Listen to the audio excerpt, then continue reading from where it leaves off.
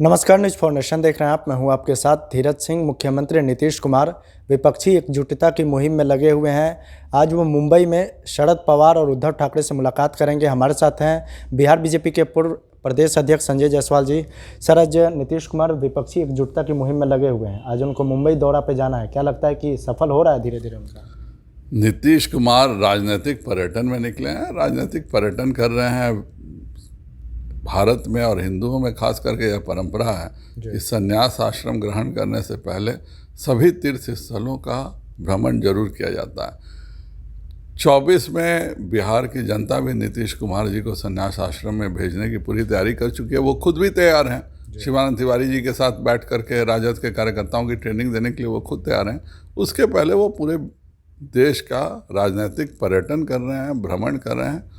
इससे ज़्यादा न दूसरे कोई समझ रहा है, न वह खुद समझ रहा है। जी, नीतीश कुमार जहां भी जा रहे हैं वहां एक ही बात कर रहे हैं कि एक बेहतर विकल्प देने की कोशिश होगी, चूँकि देश का जो आज माहौल है वो पूरी तरह से बर्बादी की ओर है और इतिहास मिटाने की कोशिश की जा रही है।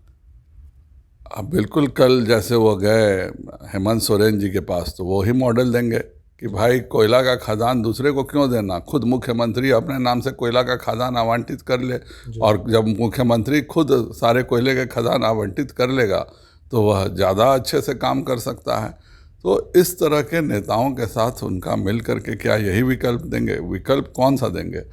14 में पूरे देश में भाजपा ने कहा कि हम गुजरात मॉडल जैसा देश बनाएंगे और देश की जनता ने उस पर विश्वास करके किया। और वह 14 की ही बात नहीं है, 2022 में भी माननीय नरेंद्र मोदी जी गुजरात गए और कहा कि हाँ, मैंने गुजरात बनाया और इसलिए आप भाजपा को वोट दीजिए, और सभी ने वोट दिया।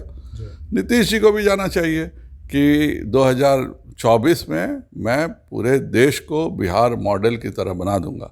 बिहार में जितने उद्योग धंधे लगे हुए हैं उसी तरह से पूरे देश के उद्योगों की हालत कर दूंगा। बिहार में जैसी कानून व्यवस्था है उसी तरह पूरे देश की कानून व्यवस्था कर दूंगा।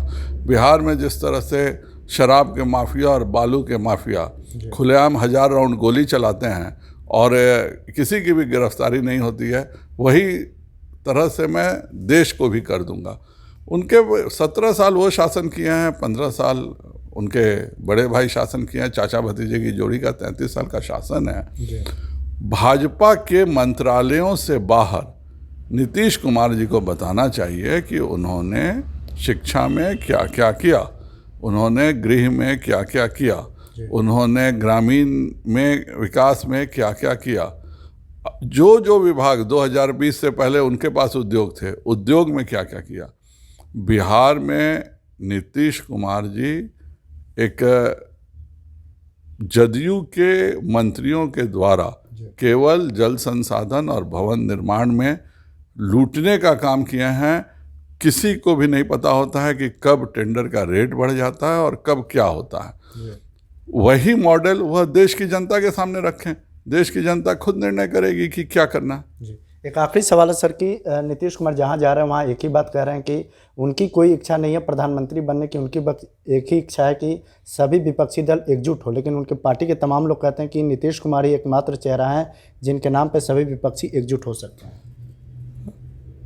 पार्टी की तो इच्छा है ही। आप खुद देखे होंगे कि कैसे नवीन पटनायक जी और नीतीश कुमार जी साथ भोजन किए और जदयू के राष्ट्रीय अध्यक्ष नवीन पटनायक जी के सचिव के कमरे में बैठ के सचिव के साथ पूरे देश को ठीक करने की चर्चा करते रहे। संजय जी भी उनके साथ थे।